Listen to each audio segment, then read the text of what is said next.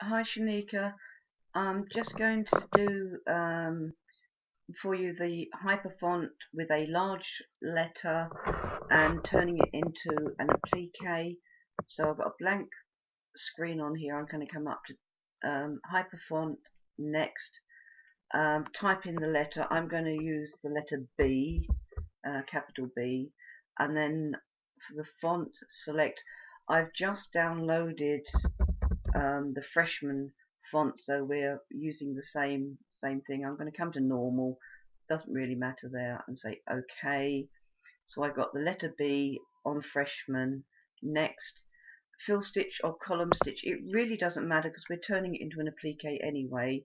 So now I'm just going to click finish, and there we have the letter B on the screen. You said you wanted the height about 5 inches, so I've changed the height up here to 5, and now I'm going to come to the design embroidery settings, and in the tab select stitch type, and it's already on applique, but it might have been on one of the others. But select applique. You want the first hold down line box checked, the overlock stitches checked. I've got my density on 3 and the width is 30. That is the width of the line for the satin. I'm going to apply that, and then I'm going to come up here to where it says stitch it, and at that point it should convert it, and there we have the applique on the screen. I'm going to turn that box off, center the design, and then realistic view, and I'm going to come to redraw. Let's zoom in a little bit.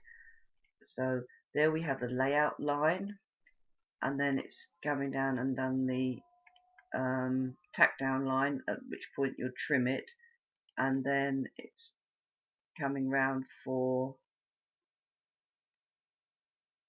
the satin stitch outline, which will just continue all the way through. So no need to watch that finish off. So it really is, for me anyway, that easy. I don't know what, if anything, you're doing differently to that. So as I just came to Hyperfont, selected the letter, selected the font, and then letter A, and then in the embroidery settings I have it set as applique. I applied that, and then after I applied it, then I came up here and said stitch it.